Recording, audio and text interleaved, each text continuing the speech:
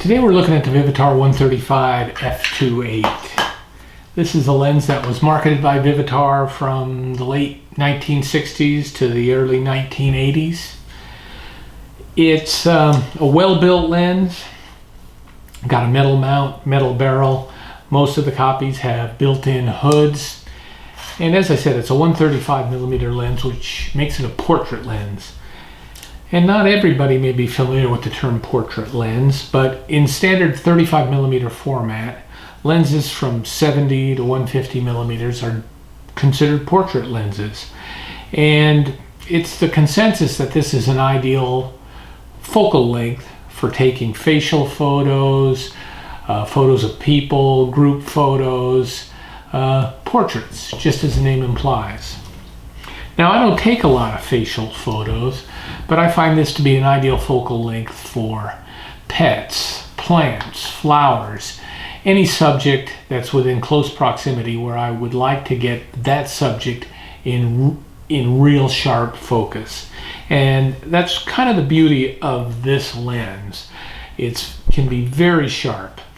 And because it's an f2.8, a relatively fast lens, you can get some nice blurring or bokeh in the areas of the image that are not sharp. These lenses have become a little more popular lately due to the advent of mirrorless cameras.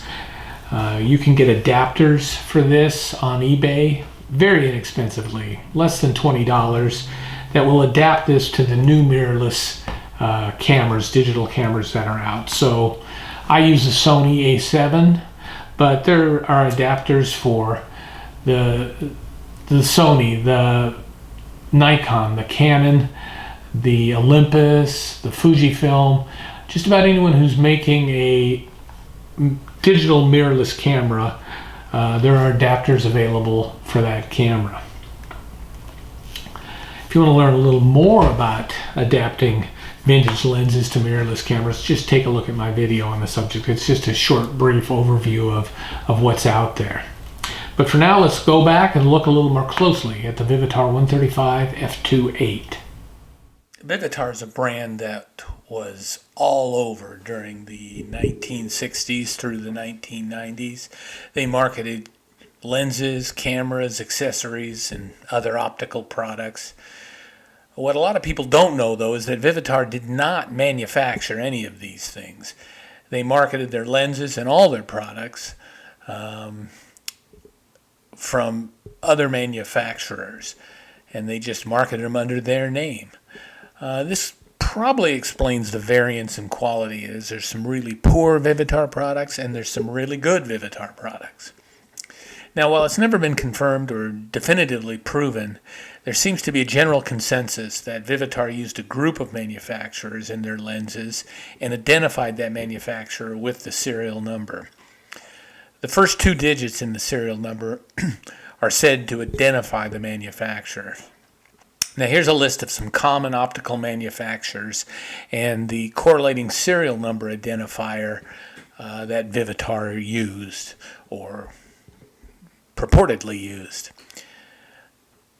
As you can see, the first two digits in the serial number correlate with the manufacturer. So in this lens, it is made by a company named Comine.